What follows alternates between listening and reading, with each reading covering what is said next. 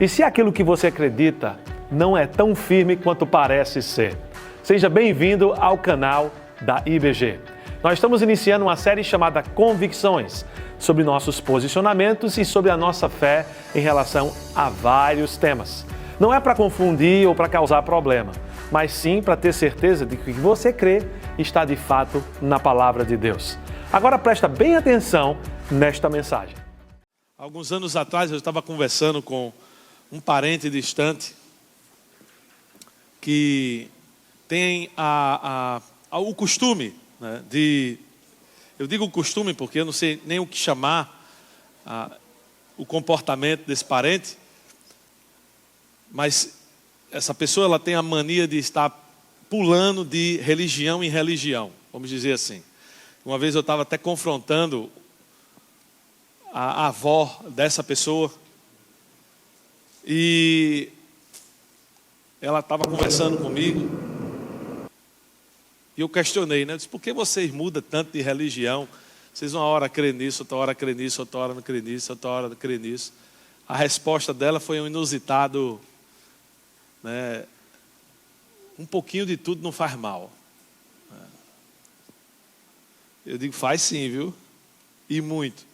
Mas eu estava conversando especificamente num período que essa pessoa, porque se você me perguntar hoje o que ela crê, eu não sei, mas no momento ela estava sendo muito exposta à filosofia espírita. E ela é filha de pais separados e ela tem muita dificuldade com o pai. E ela foi se consultar com um médium. E eu, curioso como eu sou, né, eu perguntei, e aí, o que é que o médium disse sobre o seu relacionamento com o seu pai? Nessa época eu já era pastor. Aí ele falou que por causa da dívida, né, kármica que meu pai carrega, e eu carrego de muitas vidas anteriores, nós sempre vamos ter, nesta vida, muito conflito e tensão em nosso relacionamento. Nesse momento eu percebi que eu estava diante, não de uma crise entre pai e filho, mas eu estava diante de uma visão do mundo completa. Errada, mas completa, né? Com a sua própria cosmologia, com a sua própria explicação para o sofrimento da humanidade, para a sua falta de esperança sobre o futuro, falta de esperança sobre o futuro desse relacionamento com o pai, uma visão do mundo que, embora apresentasse, muitas vezes, em nossas conversas, uma linguagem cristã, ela contradizia completamente o Evangelho em seus pontos mais fundamentais. E isso não me surpreende, porque depois que você estuda um pouco sobre o espiritismo aqui no nosso Brasil, você vai aprender que o Brasil é o país mais espírita do mundo. Não sei se você sabia disso, mas no censo de 2022, foi computado 3.200.000 pessoas que se declararam espírita, apesar de ter havido uma redução. Eram 3.800, agora, ou 3.800.000, agora são 3.200.000 desde 2010, do censo de 2010. Então teve uma redução. Há outros estudos sociológicos feitos aqui também no Brasil que indicam essa influência do espiritismo bem ampla na nossa sociedade.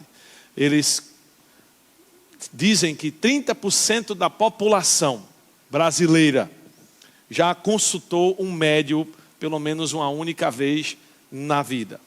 Se você for andar na nossa cidade de Recife, você vai ver que o sincretismo da nossa cidade é parte da nossa cultura, né? Essa mistura de religiões. E é tão parte que é quase impossível. Se eu for perguntar a cada um de vocês, vocês provavelmente têm ou um colega de trabalho, ou um amigo, ou um parente que é espírita, né? Ou já foi espírita, ou frequenta no momento um centro espírita. E eu gostaria de mais uma vez lembrar o que Gálatas capítulo 1, versículo 8 nos diz sobre o assunto do evangelho puro. E lá diz: mas, ainda que nós ou um anjo do céu vos pregue algum outro evangelho além daquele que vos tenho pregado, seja ele amaldiçoado, ou em outras versões, anátema.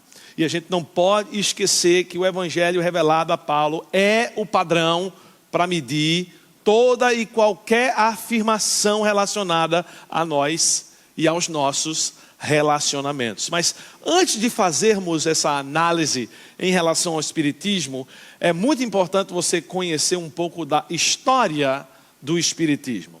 Em 1857, um francês chamado Hippolyte Léon Denisard Rivail, que adotou, o pseudônimo depois de que aprendeu que era uma reencarnação de Allan Kardec, publicou em Paris um livro chamado O Livro dos Espíritos. O livro era o resultado de sessões de mesas girantes que estavam na moda na Europa, no século XIX. Eu não sei quantos de vocês aqui, alunos do Fundamental 2 e Ensino Médio, já participou de encontros com amigos onde tinha um copo, certo? E vocês ficavam fazendo pergunta e ficavam assim olhando, com o rabo do olho para ver se ia mexer. Isso era moda no século XIX na Europa. E provavelmente foi moda nos seus anos de juventude, certo? E, por sinal, me lembrei agora de uma coisa tão engraçada que eu tenho que falar. Não estava no script aqui, mas eu tenho que falar. Uma certa vez, eu acho que eu estava no primeiro ano do ensino médio, e a roda dos amigos resolveram que iam se reunir na casa de um para a gente fazer uma roda dessa, certo? De perguntas com esse copo. Tá? E aí você tinha sim, não, aquela coisa toda. Aí todo mundo marcou e adivinha quem furou? Eu, Porque desde aquela época eu já era cético, Não sabia, mas já era cético. Então eu não fui, mas todo mundo foi. E aí no outro dia na escola vieram falar para mim que fizeram uma pergunta lá, que com quem eu iria casar se era com uma das pessoas da roda. Porque amiga é assim, quando você não está, joga você debaixo do ônibus, Aí disseram que era uma moça que estava lá, uma amiga da gente, certo? E até hoje isso não se concretizou, certo? Casei com Michele, mas nunca jamais isso aí teve qualquer peso na minha vida, certo? Não sei nem onde essa moça está no momento, não sei nem se está viva ainda. Mas isso é o tipo de misticismo que a nossa cultura, ela absorve bastante. E obviamente foi dentro desse contexto que o espiritismo se proliferou muito mais no Brasil do que em qualquer lugar no mundo. Você sabia que o espiritismo na França é desse tamanhozinho? Praticamente inexistente, que é o berço do espiritismo. Lá, Allan Kardec, ele alegava ter recebido mensagens de espíritos por meio de médiuns. Ele não tinha formação teológica, apesar de ser pedagogo. Ele era formado também como médico mais tarde, certo? E tinha também uma graduação em artes. Estudado o cara era. Isso você tem que dar, mas ele não tinha formação teológica. Ele não tinha conhecimento do hebraico, ele não tinha conhecimento do grego, E sem submeter essas suas revelações ao teste de nenhuma tradição bíblica, Kardec, ele sistematizou um conjunto de crenças onde ele misturava a filosofia iluminista francesa, que é meio que você evolui espiritualmente através do conhecimento, então por isso se chama iluminista. Ele misturou com elementos do budismo oriental, da onde ele traz a reencarnação, a ideia, esse conceito de reencarnação. E aí ele, você já viu aqueles vídeos do cara quando ele vai jogar o sal no pedaço da carne, certo? Aí ele deu uma pitada de cristianismo, certo? Ele foi lá e deu uma salgadinha com alguma linguagem cristã. E ele chamou o resultado de ciência, filosofia e religião. Agora, se você observar o momento histórico da Europa, certo? Era um momento iluminista, misturado ainda com a força do cristianismo, certo? E esses modismos de misticismo. Então, ele, obviamente, sabia disso e, convenientemente, ele construiu esta visão da qual agradava um pouco de todo mundo dentro da sociedade do qual ele vivia. Mais tarde, isso foi exportado para cá, né? Importado para cá, e o sistema achou terreno fértil no Brasil, principalmente depois de Chico Xavier, né? Francisco Cândido Xavier.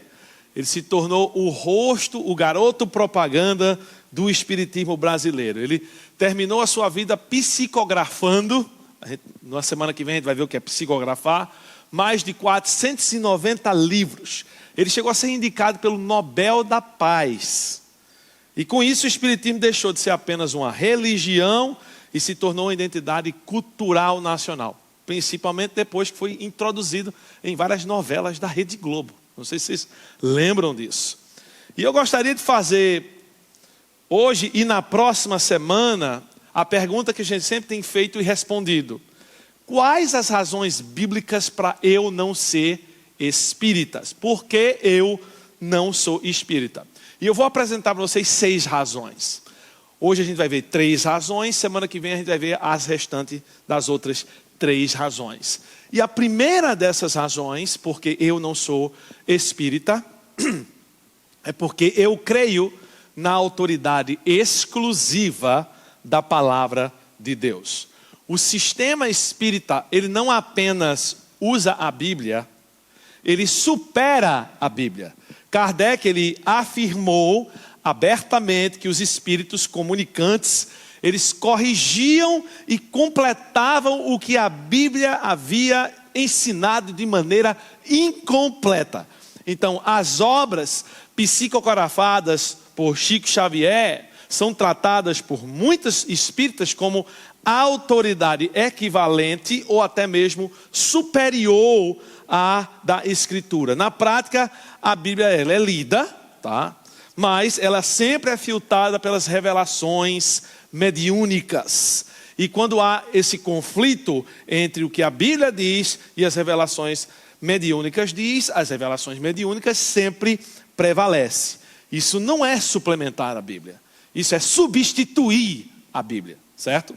E para deixar claro a superioridade das Escrituras, nós temos 2 Timóteo 3, versículo 16 a 17, que a gente tem sempre citado várias vezes durante essa série, onde diz: toda a Escritura é dada pela inspiração de Deus e é proveitosa para a doutrina, para repreender, para corrigir, para instruir em justiça, para que o homem de Deus seja perfeito e perfeitamente instruído para toda boa obra. Observe essa frase final: perfeitamente instruído para toda boa obra.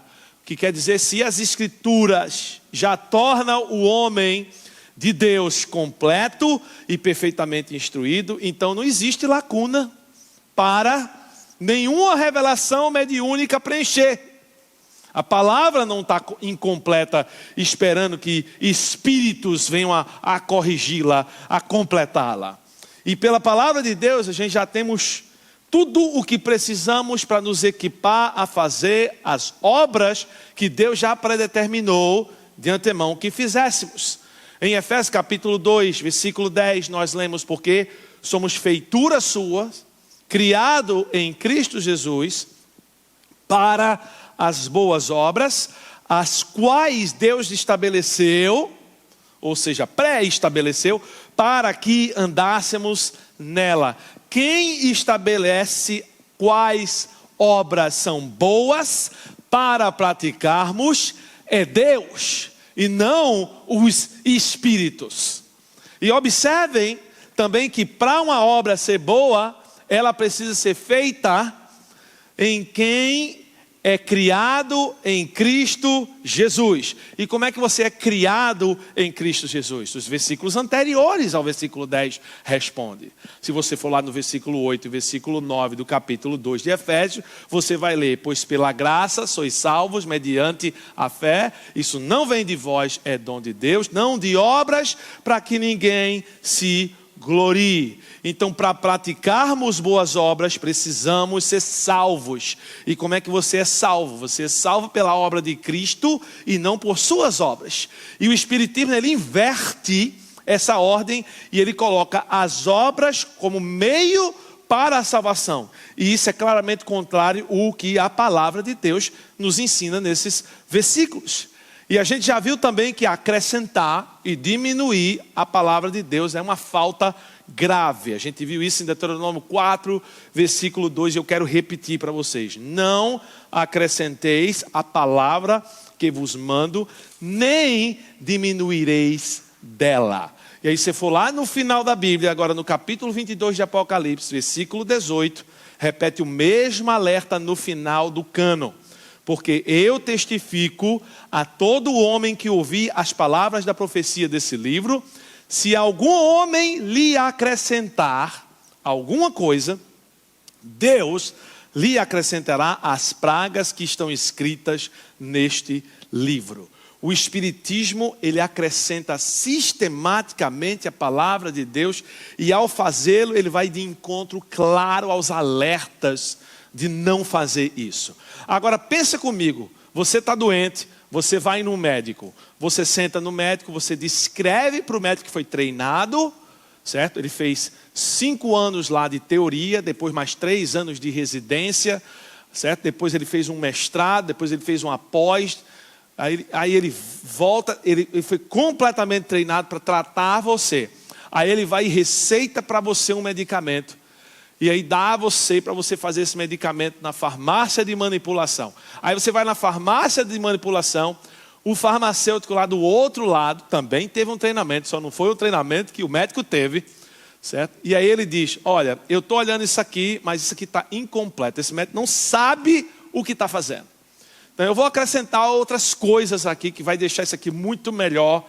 E aí você vai tomar e você vai ver que isso aqui vai ficar um coquetel massa para você. Certo? Aí a minha pergunta: você tomaria o remédio que esse farmacêutico fez para você, ou você confiaria no médico mais do que no farmacêutico? Eu não sei de você, mas eu não ia tomar esse remédio que o farmacêutico fez. Eu iria pelo que o médico fez. Por quê? Porque adicionar ingrediente não autorizado não melhora a receita, torna a receita mais perigosa. Que agora eu não sei o que eu estou tomando, para quê? E a palavra de Deus, ela é receita completa. As revelações dos Espíritos de Kardec são adições não autorizadas que alteram a fórmula perfeita de Deus. E o resultado é uma mensagem que não pode salvar o homem. E é por isso que eu não posso ser espírita. Eu não consigo aceitar como revelação divina um sistema que coloca mensagens mediúnicas acima da Escritura, contrariando alertas explícitos de Paulo e também em Deuteronômio 4:2 e declarando como insuficiente a palavra de Deus, quando a palavra de Deus declara-se suficiente em 2 Timóteo 3:16 a 17. A Bíblia não está esperando uma segunda edição a ser publicada pelos espíritas. A Bíblia, ela é, nas palavras do apóstolo Paulo, suficiente para equipar o homem de Deus para toda boa obra. Isso é categórico, isso é ensinado na palavra de Deus. Eu não preciso de ninguém para interpretar isso para mim. Eu preciso apenas crer e aceitar isso como uma verdade absoluta. A segunda razão, porque os mortos não se comunicam com os vivos. Segunda razão, porque eu não sou espírita, porque eu creio que os mortos não se comunicam com os vivos. E pastor, como é que o senhor crê nisso? Porque é o seguinte: a mediunidade é o coração prático do espiritismo. Toda a estrutura do sistema, ela depende da premissa que os espíritos dos mortos podem e não só podem, eles devem se comunicar com os vivos. Seja para ensinar aos vivos, seja para consolar os vivos, seja para orientar os vivos, seja para dar recados pessoais para os vivos. E Chico Xavier, ele psicografou milhares de cartas de mortos. E eu boto mortos entre aspas, certo? Porque ninguém sabe se realmente eram mortos. E muitas dessas foram lidas até em audiências de processos judiciais, como evidência de casos criminais aqui no Brasil. Há casos de pessoas que foram absolvidas, anexando prova por promotoria, certo? De carta psicografada do defunto, dizendo que foi um acidente e não um assassinato. Então, para você ter uma ideia aí. E essa prática, ela é apresentada como amor, como cuidado, como continuidade dos relacionamentos além da morte. Mas o que a palavra de Deus nos diz? A palavra de Deus, ela não só proíbe a mediunidade, como ela explica porque ela não funciona. E ela proíbe não como algo, tenta não fazer, tá?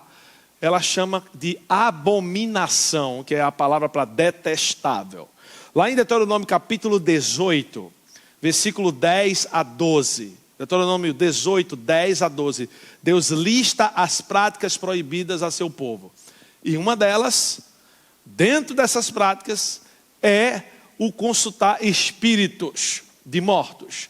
Vê só o que diz lá. Não se encontrará entre vós ninguém que faça seu filho ou sua filha passar pelo fogo, ou que use de adivinhação, ou que observe os tempos, ou um agoureiro, ou um feiticeiro, ou um encantador, ou alguém que consulte espíritos de adivinhação, ou um bruxo, ou alguém que consulte o quê? Os mortos.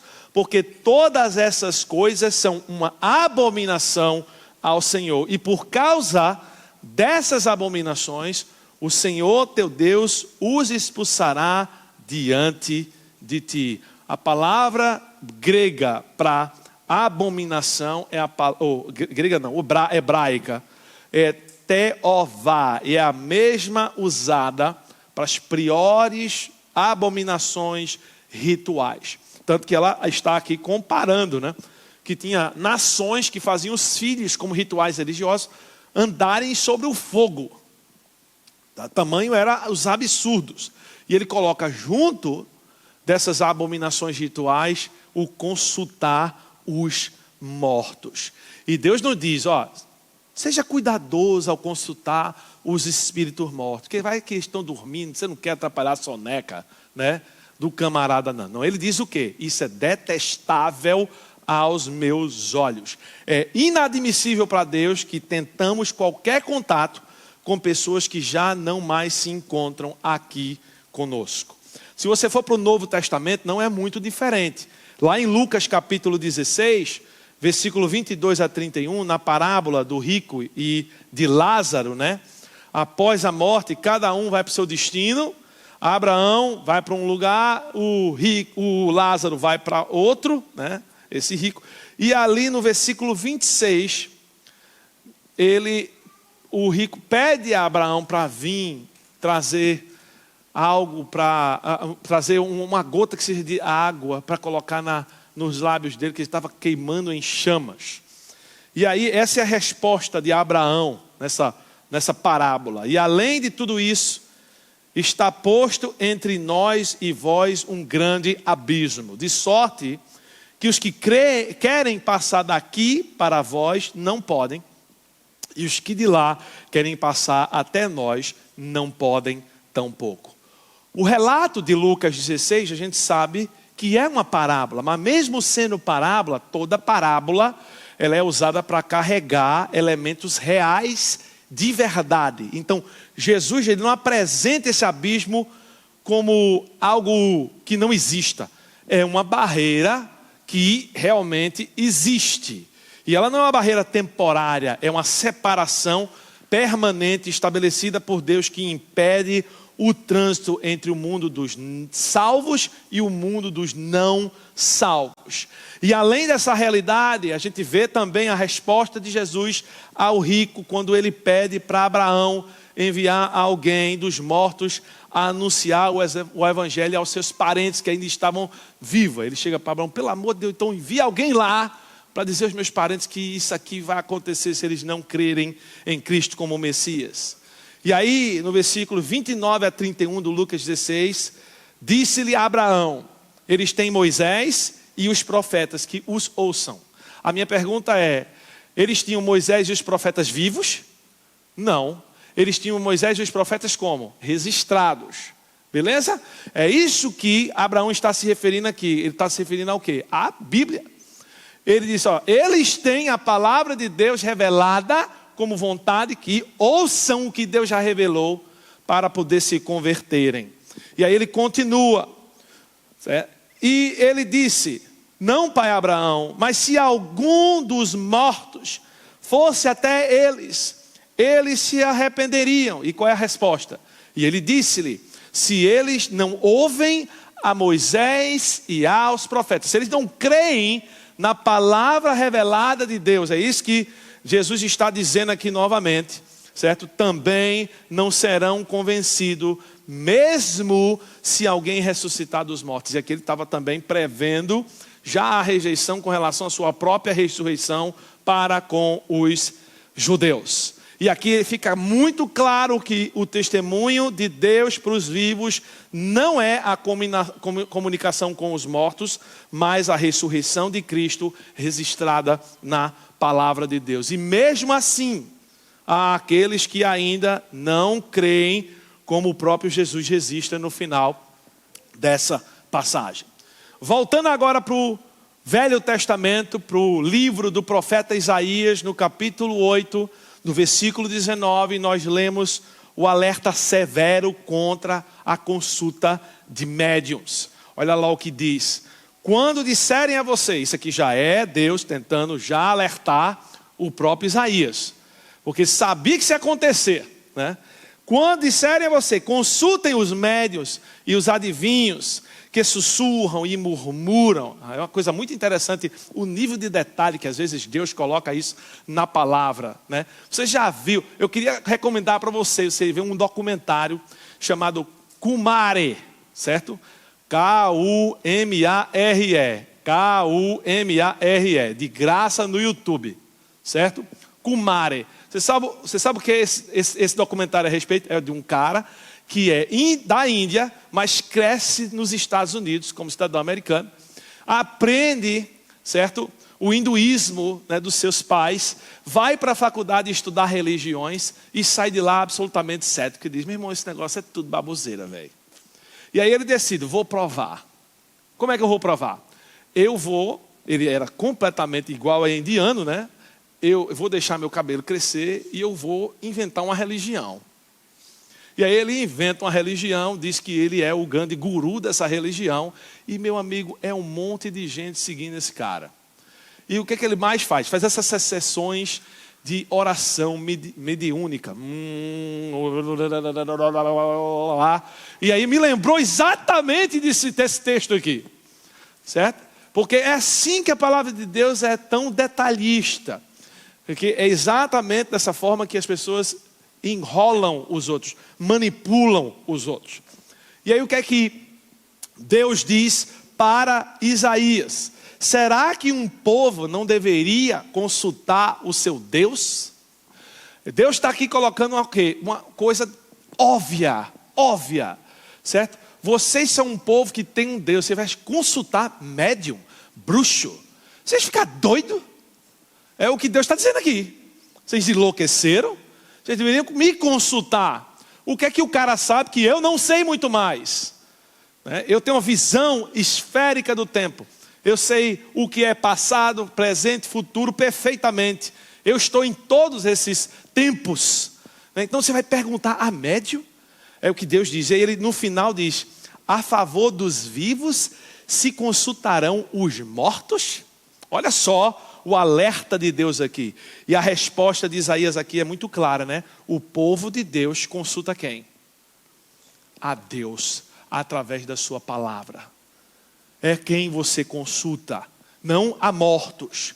E o exemplo de Saul em 1 Samuel 28, que consultou a feiticeira em Endor para convocar Samuel, é registrado nas Escrituras, não como modelo, mas como um dos pecados que selaram a destruição de Saul. Lá em 1 Crônicas, capítulo 10, versículo 13, diz o seguinte aqui, ó: assim Saul morreu por causa da transgressão cometida contra o Senhor, por causa da palavra do Senhor que ele não tinha guardado, e aí no final, e também porque consultou um médium. Vocês entenderam aí o recado de Deus aqui, claro? O pecado de consultar mortos é tão sério que foi uma das razões que Deus decretou a morte de um rei. Pensa só na seriedade disso. A Bíblia ela não proíbe a comunicação com os mortos, porque é impossível para qualquer entidade imitar os mortos. Essa é que é a grande questão. Ela proíbe porque esse canal é um canal de engano. E espíritos enganadores podem imitar os mortos com absoluta perfeição. Se eu chegasse para vocês aqui e dissesse a vocês aqui que eu tenho aqui uma nota de R$5 falsificada, vocês acreditariam. Por quê? Porque nota de R$5 existem e eu posso simplesmente clonar uma nota de R$5 e ficar como uma nota falsificada. Mas se eu tivesse puxado daqui uma nota de R$3 e dissesse a vocês que isso aqui é uma nota falsificada de R$3, vocês diriam o quê? Claro. Por quê? Não existe nota de R$3. E é exatamente aqui a lição que eu quero que vocês peguem disso aqui, certo? Qual é a maneira mais fácil de iludir pessoas que estão sofrendo por perda de entes queridos que sentem falta? É que espíritos enganadores, certo? Venham e se comuniquem com informação que eles conhecem, tá? Porque os espíritos conhecem informação da gente e venha através de um médium falar com você através de cartas psicografadas, dizer que é a sua mãe que está mandando um recado para você e que ela está bem do outro lado, não se preocupe. E você acabou de cair, certo? No conto do vigário espiritual. Eu quero que você entenda, Deus fechou essa porta, não por incapacidade, mas por proteção a nós. Eu não sou espírita porque eu não consigo ler Deuteronômio 18, de 10 a 12, Lucas 16, de 22 a 31, Isaías 8, 19, e concluir que consultar médios é uma prática legítima para nós. O canal que o espiritismo abre é exatamente aquele que Deus já declarou detestável. E nenhuma boa intenção ou intenção sincera vai mudar o decreto divino. Deus decretou. Certo? Não, mas eu estou fazendo com sinceridade. Deus decretou, meu irmão. Se Ele decretou, é para a gente cumprir. Não é para a gente brincar com essas linhas. A terceira e última razão, porque não sou espírita, é porque eu creio na plena divindade e exclusividade de Jesus Cristo. Eu quero repetir. Eu creio na plena divindade e exclusividade de Jesus Cristo. Para o espiritismo, Jesus não é nada mais do que um espírito mais evoluído que já incorporou aqui na terra. Ele é apresentado como o modelo moral supremo. O ser que mais avançou na escala de espiritualidade evolutiva. Mas ele não é Deus. Tá? Para o espiritismo, Jesus não é Deus. Ele é um ser de luz, um espírito de luz superior, o mais alto na hierarquia espiritual, mas ainda assim ele é uma criatura dentro de um sistema evolutivo. E essa distinção ela pode parecer sutil na conversa cotidiana com algumas pessoas, pode até, rapaz, passou até lógico o que esse cara está falando para mim, mas ela é absolutamente decisiva. Por quê? Porque um Jesus que não é Deus é um Jesus que não salva. Vocês já pararam para pensar nisso? Um Jesus que não é divino, ele não salva. E João 14, versículo 16 é categórico com relação Quem é Jesus? Eu sou o caminho, a verdade e a vida. Ninguém vem ao Pai senão por mim. Não diz que eu sou um dos caminhos, nem o caminho mais iluminado, certo? Ele diz que eu sou o caminho. O artigo definitivo aqui, ele é exclusivo. O caminho. Em João capítulo 1, identifica quem é esse caminho. No princípio era o verbo, e o verbo estava com Deus, e o verbo era o quê? Era Deus, certo? Não continha Deus, ou evoluiu para ser, né, como os TJ diz, certo? Era Deus. E o mesmo que era Deus é o mesmo que se fez carne. Porque no versículo 14 do mesmo capítulo de João, capítulo 1, diz: e o verbo se fez carne, ele não reencarnou, ele encarnou e habitou entre nós, cheio de graça e de verdade, e vimos a sua glória, glória como do unigênito do Pai. Não a criatura evolutiva que se tornou humana, o próprio Deus que entrou na criação através do processo de encarnação. Não há nenhuma menção aqui, não há nenhuma inferência aqui que de uma suposta reencarnação de Jesus. Deus Filho, segunda pessoa da Trindade, ele encarnou e viveu entre nós por aproximadamente 33 anos. Isso é claro através da palavra, isso é atestado através da palavra. E Paulo é ainda mais direto em Colossenses 2:9. A gente já leu em outras mensagens esse texto, mas é importante ler mais uma vez. Colossenses 2:9 nos diz: porque nele habita corporalmente toda a plenitude da divindade. A palavra para plenitude aqui é a palavra grega theotetos, que não significa ele tem qualidades divinas, ele evoluiu, ele é uma divindade superior, ele é um espírito de luz superior, não. Significa natureza de Deus em totalidade e essência. Jesus nunca foi um ser evoluído, mas Jesus é o Deus vivo em carne. Esse é quem é Jesus. Hebreus capítulo 1, versículo 3 confirma que Jesus é o resplendor da sua glória, da glória do Pai, e a expressão exata do ser do Pai, sustentando todas as coisas pela palavra do seu poder. Um espírito evoluído não sustenta todas as coisas pela palavra do seu poder. Isso é um atributo exclusivo do Criador. Jesus é 100% Deus, ele não evoluiu, ele não reencarnou, mas ele deixou a sua morada celestial há mais de 2000 anos atrás. Encarnou para poder morrer por meus pecados e por seus pecados. E aqui está o problema central do espiritismo. Se Jesus é apenas um espírito mais evoluído nessa escala de evolução, então a encarnação não foi Deus entrando na história para resgatar pecadores, foi um ser avançado para dar uma lição de moral na gente. Certo? Um cara lá superior que veio dar uma lição de moral na gente. E uma lição de moral não paga dívida, irmão. Beleza? Não paga dívida. Vamos dizer que você está com dívida. Alguém chega para você e diz: você não devia ter feito isso, você é muito burro. Que coisa mais idiota. Você está pagando sua dívida? Não. Né? O que é que paga a dívida? O que é que foi que você fez? Assim, assado. Não foi o seguinte, eu vou te ajudar. Isso paga dívida. Lá nos Estados Unidos, eles têm uma dívida externa impagável. Ela está em torno de 39 trilhões de dólares. Certo? É T, meu filho. Viu? Trilhão com T. Tá? E ela é impagável. Só tem uma maneira dos Estados Unidos pagar essa dívida. É se a quem eles devem decidir perdoar. Não tem como pagar essa dívida. Porque agora, recentemente, o sul-africano, naturalizado americano, Elon Musk, se tornou o homem mais rico do mundo com $1 trilhão.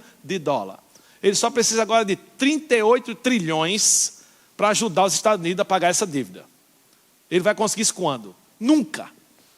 Ele não vai conseguir isso nunca. Só tem uma maneira da dívida americana ser paga. É uma solução que os americanos têm, certo? Que é a solução. A quem eles devem dizer: vocês não devem mais nada. Perdoou a dívida. E adivinha quem fez isso por mim e por você? Jesus Cristo. O Jesus bíblico disse, você não consegue pagar essa dívida. Ela é impagável, mas eu vou pagar no seu lugar. Já o Jesus espírita, um ser superior, seria como enviar Elon Musk para pagar a sua dívida diante de Deus. Não é suficiente. Somente o credor pode absorver o que é devido a ele, se é impagável. E o Cristo nas Escrituras não veio dar um exemplo de evolução. Ele veio pagar o que a gente não poderia pagar. Eu não sou espírita porque quando eu leio João 14:6, João 1:1, João 1:14, Colossenses 2:9, Hebreus 1:3, eu não consigo concluir que Jesus é apenas um espírito mais evoluído da criação. O Jesus que Paulo encontrou na estrada de Damasco não era um ser espiritualmente avançado. Ele era o Deus eterno manifesto em carne, cujo nome está acima de todo nome e diante do qual todo joelho se dobrará. Lá em Filipenses capítulo 2, versículos 8 e 10, Paulo lembra a gente do que vai acontecer. Por isso também Deus o exaltou sobremaneira e lhe deu o nome que está acima de todo nome, para que ao nome de Jesus se dobre todo o joelho nos céus e na terra e debaixo da terra. Eu quero que vocês saiam daqui hoje, não apenas dizendo, agora eu sei porque que eu não sou espírita. Pastor, me convenceu. Não precisa nem das 3 razões da semana que vem. Estou convencido. Eu queria que você saísse daqui com uma pergunta mais profunda, uma pergunta mais importante. Em que Cristo você tem confiado? Em que Cristo você tem confiado? O Cristo do Espiritismo é um espírito evoluído que não pode salvar. O Cristo nas Escrituras é o Deus encarnado que morreu e ressuscitou para nos resgatar. Presta bem atenção o que eu vou lhe dizer agora, pois se aplica a todas as razões de todos os grupos que a gente estudou até agora aqui. Presta bem atenção, certo? O nosso estado emocional fragilizado por nossos problemas, sofrimentos, traumas que a gente sofreu e a gente carrega muitas vezes sem perceber, ele cria uma disposição, uma predisposição mental para você crer em qualquer coisa que traga alívio emocional. Eu vou repetir para você, isso é muito importante, certo? O seu estado emocional fragilizado por seu histórico de vida. E todos nós temos aqui, ninguém aqui é sólido emocionalmente 100%, certo? Todo mundo aqui passou por problema familiar, passou por problema relacional. Tem várias feridas que você carrega em você, todo mundo aqui. E esse seu estado fragilizado, emocional, é o que cria uma predisposição para você crer em qualquer coisa que lhe prometa alívio emocional. E aí está a razão principal porque pessoas creem em coisas diversas. Todas as pessoas têm dores, todas as pessoas têm sofrimentos, buscam alívio para essas dores, para esse sofrimento. E o lugar mais comum para se buscar alívio para dor e sofrimento, adivinha onde é? Religiões. Em religiões. Pois todos nós somos criados com um vazio dentro de nós, onde nós sabemos com convicção que tem que ter uma razão maior para a minha existência. Isso aqui não pode ser tudo. Seria muito trágico que isso aqui fosse tudo. Não pode ser tudo. Só que cuidado ao procurar respostas para essa questão. Por quê? Há muitas pessoas sofrendo como nós e nessa ânsia para encontrar respostas, acabam criando respostas que não são verdades. Mas traz um alívio. Então, se traz um alívio, tem que ser verdade. E a verdade é que Deus nos criou perfeitos. E devido ao pecado do primeiro homem, todos nós pecamos. E esse pecado trouxe todo tipo de problema, sofrimento, mágoa, rancor, ódio, medo, insegurança, dúvida. E há uma única forma de você receber alívio disso aí, dos nossos pecados. É crer que Jesus Cristo morreu por eles. Em seu chamado de Mateus 11, versículo 28, Jesus nos dá a única forma para encontrar alívio. E lá ele diz as palavras: venham a mim todos os cansados e sobrecarregados, e eu darei descanso a vocês. Jesus dará descanso. Um espírito comunicando com você, ou dizendo que é um parente seu, não vai trazer descanso para você. Não vai ser um médium, não vai ser uma teologia disfarçada de ciência. Apenas a obra de Cristo feita por você no Calvário é que vai trazer alívio para você. Ela é suficiente para lhe salvar e ela é suficiente para lhe dar descanso. Agora, preste atenção de novo, que eu quero falar para você que você talvez não ainda tomou essa decisão na sua vida. Para vir a Jesus e receber perdão dos seus pecados e alívio desses pecados, não é necessário você seguir um guru moderno, um coach como Allan Kardec. Basta você responder ao chamado do Espírito Santo no seu coração, agora mesmo. Porque Deus está falando a você agora mesmo, através dessas palavras que a gente falou aqui. Palavras que são de Deus. Está falando agora mesmo que você confesse a Jesus como seu Salvador nesse momento. Você talvez está resistindo. Você talvez está dizendo que não, eu não quero. E talvez seja razões. Eu não quero dar o braço a torcer, que todo mundo que tem falado comigo sobre isso estava certo. Pense direitinho nessa razão que você está botando na sua cabeça. E pense, isso é uma razão boa para você? De você deixar de experimentar o alívio para as suas mágoas, para as suas dores, para os seus sofrimentos, porque você não quer dar o braço a torcer que você estava errado. Pois eu vou dizer uma coisa aqui, você. Se você não admitir que você estava errado, você nunca vai parar de sofrer. Essa é a razão. E Deus está falando a você nesse momento e dizendo a você, confessa a Jesus como seu Salvador. Deus acabou de falar com você. Eu espero que você tenha escutado Ele atentamente e que você possa tomar passos práticos para que a transformação realmente ocorra na sua vida. Continua voltando aqui, aciona o sininho para continuar crescendo em sua jornada cristã.